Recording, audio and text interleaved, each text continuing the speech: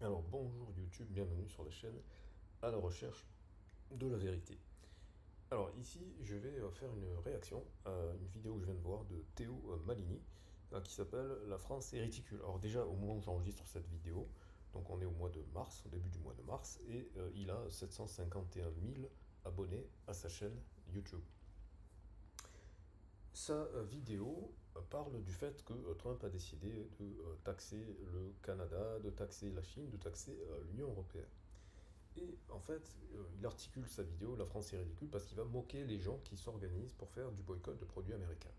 Alors, il est évident qu'il y a pas mal de choses qui pointent du doigt et qui montrent l'absurdité de certaines personnes, mais il y a aussi sa critique, elle est très facile et elle est très stupide également. Donc Théo Malini, si tu vois cette vidéo, ne prends pas ça pour des insultes, je vais simplement démonter ton argumentation et je vais te donner des contre-exemples et je vais t'expliquer pourquoi c'est problématique de tenir un discours comme ça, tout en étant d'accord avec toi sur les incohérences et les contradictions des gens que tu pointes du doigt.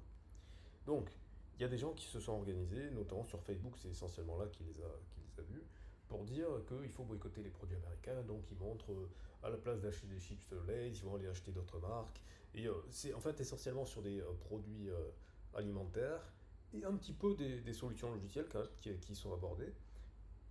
Notamment Avast à la place de Google comme moteur de recherche. Bon, ça c'est un peu bête parce qu'il y a une solution française qui s'appelle Quant, d'accord, si on veut vraiment remplacer Google.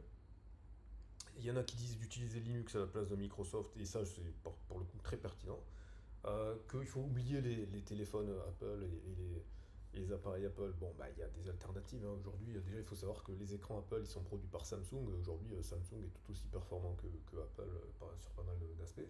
Donc ça, c'est tout à fait possible, sans perdre de confort, hein. Les derniers Samsung ils sont tout aussi développés que les téléphones Apple. Après, le problème, c'est que si vous êtes sur Samsung, vous avez le Play Store, et le Play Store, c'est Google, donc ça reste américain. Donc, mais je vais venir dans la critique. Donc, c'est-à-dire que, voilà, il critique tout un tas de choses en disant que, en gros, c'est impossible. Alors déjà, je trouve que ce discours-là, c'est un peu un discours de défaitiste. Ça veut dire, parce qu'il y a d'une part, c'est de vouloir boycotter les produits américains, c'est une chose, et d'autre part, c'est de dire, oui, il faut faire tout avec les produits français. Bah, tout avec les produits français aujourd'hui, c'est pas possible en l'état actuel des choses. Mais par contre, boycotter certains produits américains à dessein, ça peut être possible. Et pour ça, il faut être faut être plus concret. C'est-à-dire que la première chose, c'est qu'effectivement, euh, une alternative à YouTube, il y en avait une, c'était Dailymotion. Arnaud Montebourg à l'époque avait essayé de la défendre, mais malheureusement il était un peu solo. Et personne n'a suivi. En fait, ça va plus loin. C'est qu'au début, Dailymotion aurait pu survivre. D'ailleurs, il y a quelques créateurs qui étaient sur Dailymotion et YouTube en même temps au tout début. Mais après, il y a eu un décalage et ce fait que YouTube a écrasé tout le reste. Donc par rapport à YouTube, il y a des alternatives, hein. Il faut savoir qu'il y a Rumble, mais qui est aussi peut-être américain, je ne sais pas. Il y a aussi, comment ça s'appelle, Odyssey. Odyssey, je ne sais pas où ils sont basés. Et puis il y a des trucs un peu alternatifs comme PeerTube. Je ne sais pas exactement comment est-ce qu'il fonctionne. Puis sinon, il y a RootTube qui est russe. Donc déjà, la première chose, c'est que oui, je suis d'accord avec lui, c'est quasiment impossible d'avoir le même mode de vie en n'utilisant que des produits qui sont faits en France. Mais un, c'est pas une fatalité, ça pourrait justement changer. Et deux, bah, peut-être que c'est une bonne raison pour pouvoir questionner le mode de vie. Ensuite, si on s'intéresse plus à l'effet du boycott, parce que le boycott c'est quoi? C'est le but, c'est d'essayer de faire mal au gouvernement de Trump, hein, parce que c'est ça la thèse principale de la vidéo. Dans ce cas-là, faut se concentrer sur un petit peu, il faut faire un petit peu d'analyse économique et financière, il faut regarder le marché, c'est-à-dire il faut regarder le S&P 500, c'est-à-dire les 500 plus grosses entreprises américaines. Et le marché Nasdaq, c'est dit des nouvelles technologies, qui sont plus si nouvelles que ça d'ailleurs. Ben, on s'aperçoit que l'économie américaine, elle est essentiellement j'essaye de ne pas faire d'anglicisme justement, elle est essentiellement menée, guidée par des entreprises technologiques. Donc, bah, c'est les fameuses GAFAM, donc Google, Apple, Facebook, Amazon, mais aussi Netflix et Nvidia. Donc, commençons par les choses les plus concrètes que les gens utilisent tous les jours. Bah, les choses les plus concrètes que les gens utilisent tous les jours, c'est le groupe Meta, c'est-à-dire Facebook. Alors même s'il y en a, ils vont dire ouais, c'est les boomers qui utilisent Facebook, ouais, mais les groupes Facebook, ça marche encore beaucoup pour beaucoup de choses. et les marketplaces, etc. Donc Facebook est quand même très utilisé. Autre outil du groupe Meta, c'est Instagram. Instagram est très très très populaire. Autre outil du groupe Meta, c'est WhatsApp. Donc déjà, vous avez ces trois applications slash sites web que vous pouvez proscrire, mais après pour les remplacer, alors pour remplacer WhatsApp, vous avez Signal qui est américain, sinon vous avez Telegram qui est russe, vous avez Line qui est thaïlandais, que peu de gens connaissent, sauf les gens qui viennent en Thaïlande, mais vous pouvez le télécharger même sur les Apple Store et Google Store en Europe. Et franchement, à moins que vous ayez peur d'être surveillé par le gouvernement thaïlandais, je pense que c'est la meilleure option. Parce que les gens disent pour Telegram, ouais, mais c'est russe, etc. Alors en plus, c'est plus tout à fait russe. Enfin, c'est russe toujours, mais depuis que Pavel Durov s'est fait arrêter en France, il est très probable que Telegram soit sous surveillance française. D'ailleurs, le gouvernement russe a indiqué à tous ses membres d'arrêter d'utiliser cette application depuis que Pavel Durov a été arrêté par la France, hein. Donc voilà. Donc vous avez, si vous voulez pas être américain, vous avez Line. Vous avez également WeChat qui est chinois. Alors WeChat, par contre, là, c'est très contrôlé parce que je crois même maintenant qu'il faut se faire introduire par quelqu'un qui a déjà WeChat. Donc ça c'est une autre histoire. Mais je dirais, ouais, le bon concours. Il y a aussi, sinon, il y a le sud-coréen KakaoTalk. Mais on peut considérer que la Corée du Sud étant un allié très très fort des États-Unis, si on veut absolument se dégager de l'influence américaine, peut-être que la meilleure option ce serait Line, ou encore si on se dit que les Américains, il y en a beaucoup en Thaïlande, etc. Bah, il y a un niveau d'après qu'on peut aller, c'est Jalo. Alors ça s'écrit avec un Z, mais ça se dit Jalo, c'est vietnamien. Et là, vous êtes sûr que vous n'êtes pas sous influence américaine. Euh, et c'est le même genre d'interface que WhatsApp, que Telegram, que Signal, etc. Parce que toutes elles ont à peu près le même type d'interface. Et c'est très facile d'utilisation, sachant qu'il y a quand même une communauté vietnamienne non négligeable en France.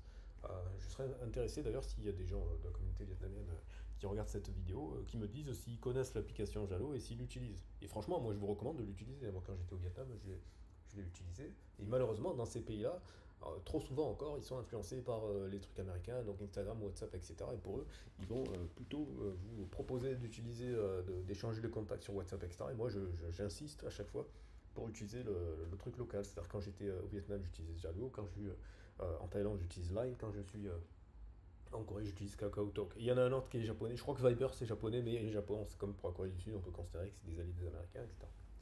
Donc, première chose, la messagerie, parce que c'est quand même quelque chose qu'on utilise beaucoup. Donc, si vous voulez un résumé rapidos, vous avez essentiellement Line et Jalo. Et je dirais que le plus sûr du point de vue de la distance des Américains, ce serait Jalo. Euh, mais ça va demander une capacité à analyser ses habitudes et à sortir des habitudes. Et ça, c'est inconfortable. Et c'est pour ça que les gens ne le font pas. La plupart des gens sont sur Facebook simplement par habitude et parce qu'ils vont vous dire ouais, mais en fait, tout le monde est sur Facebook. Donc c'est très difficile de pouvoir sortir les gens de ça. Et donc c'est pour ça que la vidéo de Théo Malini, Théo, tu es de très mauvaise foi quand tu fais ça parce que tu es purement un agent américain, que tu le saches ou que tu ne le saches pas, c'est conscient ou c'est inconscient, je pense que c'est plus inconscient, mais tu ne te rends pas compte de ta soumission à la culture américaine. Euh, et encore une fois, tu n'es clairement pas le seul, mais sauf que là, quand tu ridiculises les gens qui essayent d'être critiques par rapport à ça, alors je suis d'accord avec toi, il y a plein d'incohérences, hein, ils font ça sur un groupe Facebook, ce qui est une aberration sans nom quand on y réfléchit, mais sauf que tu peux pas passer, c'est pas binaire, tu peux pas passer de 0 à 1 en fait. Tu peux pas passer d'une dépendance totale au mode de vie, au mode de pensée, même hein, parce qu'il y a plein de marques françaises, etc., qui ont le même mode de pensée que le mode américain, en fait, hein. Donc, voilà. Donc tu peux pas passer du full américain à une situation où tu vas être totalement indépendant du jour au lendemain, parce que déjà, pour des raisons concrètes, ça n'est pas possible. Il y a certaines marques, certains services, certains produits qui ne sont pas accessibles sur le marché français, mais par contre, c'est tout aussi ridicule que de ridiculiser des gens qui émettent une réflexion par rapport à ça. Parce que tu l'as dit toi-même dans ta vidéo, tu dis, ouais, quand je regarde chez moi, etc., il y a rien qui a été totalement produit en France. Encore une fois, je pense que c'est un mauvais débat de se dire sortir de l'influence américaine pour être totalement avec que des produits français. Non, je pense que c'est pas ça. Je pense qu'il faut essayer plutôt d'analyser quels sont les types de consommation qu'on a, quels sont les types de services qu'on utilise et pourquoi est-ce qu'on autorise de se soumettre à un monopole. Parce que comme je l'ai signalé sur cet exemple très précis, très concret que tous les gens utilisent tous les jours, les applications de messagerie, il n'y a que en Europe où on est 100% dépendant des Américains, parce que comme je viens de le dire pour l'Asie, il y a énormément d'applications qui ont été créées par les gens du pays. Et donc ils ont à minima le choix entre l'application du pays et les alternatives. Il y a la Chine où c'est bloqué, là c'est verrouillé, parce que ça fait longtemps ils ont décidé de faire un blocage des services américains, de créer leur propre Internet, et c'est tout à leur honneur d'ailleurs. Et il y a des approches hybrides comme en Russie, comme en Thaïlande ou au Vietnam, d'accord, ou en Corée du Sud. Voilà, donc ça c'est le premier aspect. Autre aspect qui va être donc important donc pour le système d'exploitation, donc c'est-à-dire savoir le type de logiciel qui va tourner sur votre ordinateur. Donc typiquement si vous êtes sur Mac, sur Apple ça va être Mac OS, si vous êtes sur Windows, sur un PC ce sera Windows. Donc vous avez l'alternative Linux qui elle est libre, d'accord. Et techniquement, Mac, l'interface graphique est propriétaire, mais l'interface, le noyau en fait, le noyau, c'est un noyau Unix qui est libre, c'est FreeBSD pour les gens qui s'y connaissent un petit peu en termes de Linux, d'accord. Et puis surtout, si vous avez déjà un Apple, vous n'allez pas le jeter à la poubelle, ce serait complètement crétin. Donc l'idée, c'est de voir comment est-ce qu'on peut utiliser ou créer des services qui ne soient pas 100% américains tout en gardant la performance. Sur le coup de Amazon, bah, je suis désolé, il y a l'équivalent de Amazon qui s'appelle Alibaba, où vous pouvez trouver des services, etc. Mais après, comme tu dis dans la vidéo, il dit oui, mais il va y avoir le même problème avec la Chine qui va peut-être faire des taxes, etc. Après, il faut pas être débile, c'est-à-dire que d'une part, il y a la question de la guerre commerciale, etc. La guerre commerciale, au final, en tant que citoyen, on ne bénéficie pas spécialement de savoir si le déficit commercial,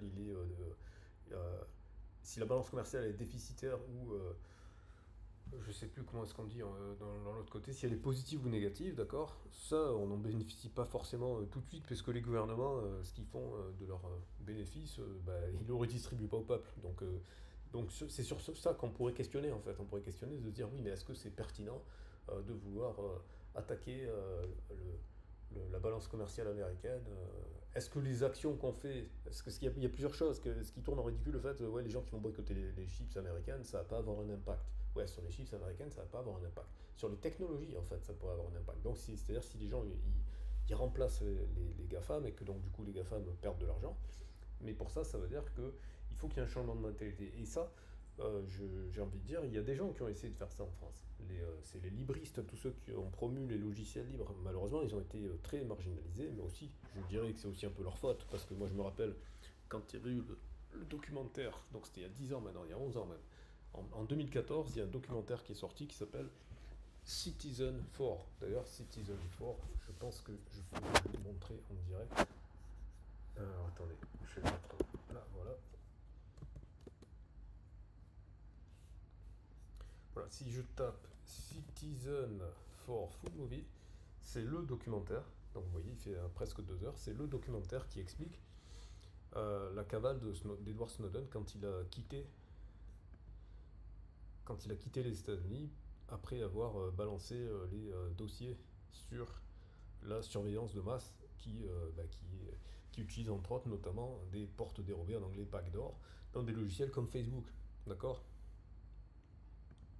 Voilà. Donc quand j'avais vu ça, je m'étais renseigné sur les logiciels libres, etc. Donc j'avais contacté l'April, l'association, je sais plus quoi, comment ça s'appelle l'acronyme, mais c'est l'association des gens qui font des logiciels libres. J'avais contacté également la Quadrature du Net. Enfin, j'avais contacté tous ceux à l'époque qui étaient connus dans la sphère des logiciels libres, et je leur avais demandé comment est-ce qu'on fait pour rentrer dedans, où est-ce qu'il y a une formation, etc. Et bon, bah, les mecs, ils n'ont pas été super accueillants, je dirais.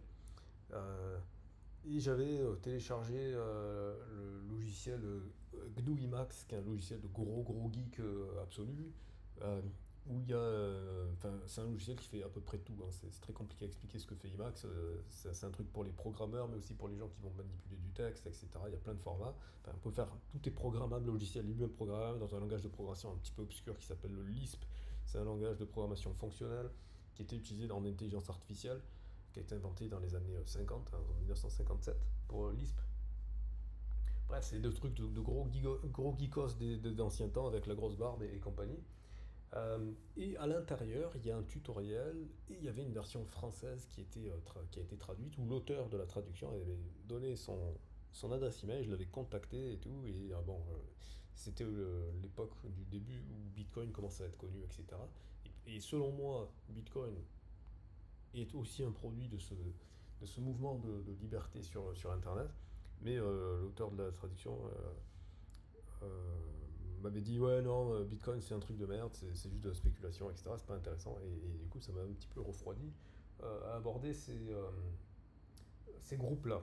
Voilà. Mais donc tout ça pour dire que les groupes de libristes ça existait et je suis d'accord avec Théo sur ce coup, c'est que la vie de ces gens-là est certainement moins fun que la vie des gens qui utilisent tous les services qui sont déjà pratiques. Mais encore une fois, avoir un raisonnement plus local, quels sont les gens avec lesquels on interagit, etc. Mais ça, c'est sûr que Théo, à Paris, c'est plus compliqué de pouvoir faire ça, parce que euh, c'est déjà compliqué de parler à son voisin de palier, donc c'est sûr que c'est plus compliqué de s'organiser sur le genre de logiciel qu'on peut utiliser, sur le genre de services et d'économie alternative, je dirais, d'économie locale. Mais c'est pas déconnant en fait quand on sort de Paris, hein. C'est ça le truc, c'est qu'il n'y a pas que Paris en France. Donc c'est pas la France qui est ridicule, c'est les bobos parisiens qui sont éventuellement ridicules, ça je veux bien te l'accorder. Mais la réflexion qui est posée par rapport au boycott des produits américains, ça me paraît pas déconnant du tout.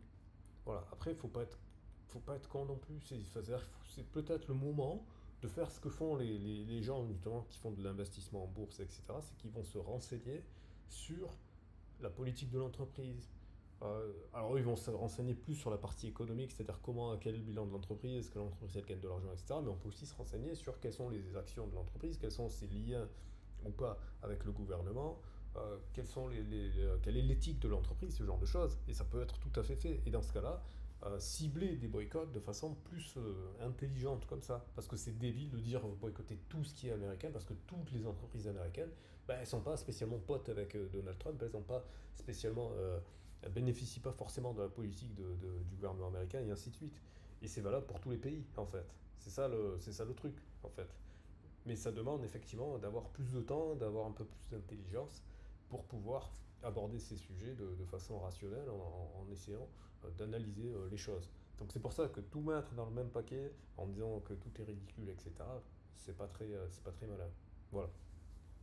Donc la conclusion de cette vidéo, c'est la vidéo de Théo Malini, c'est une vidéo de divertissement. Néanmoins elle pointe du doigt une certaine réaction de personnes qui se disent que le monde est en train de changer et que la domination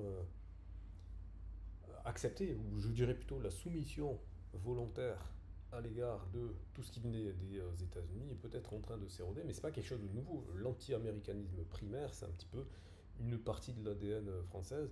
Et quand tu prends l'exemple de McDonald's, tu dis ouais, les gens qui boycottent McDonald's, c'est débile parce que en fait, de facto, ça fait pas du mal au gouvernement américain, ça fait plutôt mettre des gens au chômage.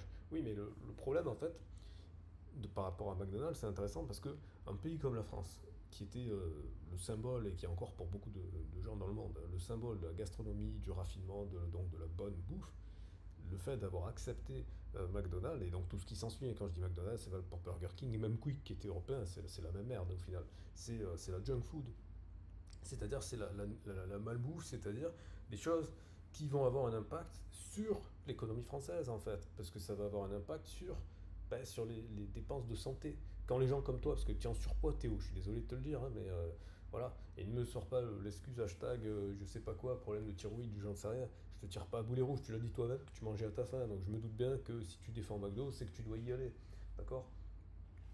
Et c'est pas un jugement moral que je te dis, c'est juste, c'est factuel. Tu es en surcharge pondérale, c'est factuel. Donc ça veut dire que ton alimentation est déséquilibrée et que donc tu es en mauvaise santé et donc du coup bah, que tu coûtes à la société. De la même manière que quand tu as dit tous les gens qui fument, comme si c'était normal de fumer, ben, moi je suis d'accord avec toi que tous les gens qui fument, ils coûtent à la société. Alors toi tu as dit tous les gens qui fument, ils utilisent des marques américaines, mais moi je vais pas là, je vais plus loin. J'ai dit tous les gens qui fument, ils coûtent à la société. Et ça a été documenté. Et ça, je crois que j'ai encore des vidéos sur la chaîne qui en parlent. Ça a été documenté que les fumeurs coûtent à la société, parce que tout le monde croit que le gouvernement gagne de l'argent avec les cigarettes. Non, le gouvernement, il récupère une petite partie, Alors les chiffres que je vais vous dire, ils ont 10 ans, donc maintenant il faudrait mettre à jour, mais pour vous donner un ordre d'idée, la collecte des taxes, etc., ça rapporte à peu près 13, allez, 14 milliards. Les 13 milliards même, je crois que c'était le chiffre, c'est 13 milliards, et le coût que ça a en termes de santé publique, c'est 43 milliards, ce qui veut dire que c'est 30 milliards de déficit pour l'ensemble de la population, que les gens ils soient fumeurs, qu'ils soient non fumeurs, parce que la sécurité sociale, elle est payée grâce aux cotisations de tous les citoyens, donc ça veut dire que tous les citoyens payent pour les fumeurs. Donc non, ce n'est pas un droit individuel que de s'aborder la santé publique. Eh bien, pourquoi je parle de ça? Parce que ben justement, McDonald's, les fast-foods, les mauvaises habitudes alimentaires ont un coût aussi. Alors, j'ai pas les chiffres là-dessus, mais ça a un coût aussi, en fait, parce que ça induit des mauvais comportements. De la même manière que l'alcool a un coût sur la société, puisque c'est la première raison des accidents de la route. D'accord? donc, donc, en fait, oui, je suis d'accord avec toi sur le fait que boycotter McDonald's, ça va pas faire spécialement mal à, euh, aux États-Unis, mais peut-être que ça permet d'avoir une réflexion sur, en fait, pourquoi est-ce que ce genre d'institution existe, pourquoi est-ce que ce genre de magasin existe en France, alors qu'on pourrait développer, au contraire, de l'alimentation qui soit plus saine, tout en ayant la fonction de nourriture rapide. Parce que dans McDonald's, ce qui est intéressant, c'est le côté de c'est pratique, c'est rapide, ça permet de de répondre à un besoin. Mais après, on peut aussi questionner la société, de se dire pourquoi est-ce qu'on cherche cette rapidité, etc., alors qu'en fait, les moyens de productivité ont augmenté de sorte que, en fait, ben, on produit beaucoup plus en beaucoup moins de temps, et donc du coup qu'on devrait avoir peut-être plus de temps libre comme avant, pour prendre plus le temps de se restaurer tranquillement et de sociabiliser pendant qu'on se restaure et ainsi de suite. Donc en fait, ça peut être une occasion de raisonner un peu plus sur comment est-ce qu'on construit la société plutôt que simplement de dire ah ben ouais mais c'est moins confortable que le statu quo. Ben oui, c'est toujours moins confortable que le statu quo que de questionner la situation actuelle et de se dire en fait finalement comment est-ce qu'on pourrait l'améliorer. Donc oui, c'est ridicule de se dire qu'on va mettre un genou à terre de l'économie américaine comme le Guignolo qui avait dit on va mettre l'économie russe à terre, mais n'empêche que ça ouvre une réflexion, ça ouvre une critique qui me paraît plutôt saine pour la société. Dites-moi ce que vous en pensez et je vous dis à très bientôt pour une prochaine vidéo.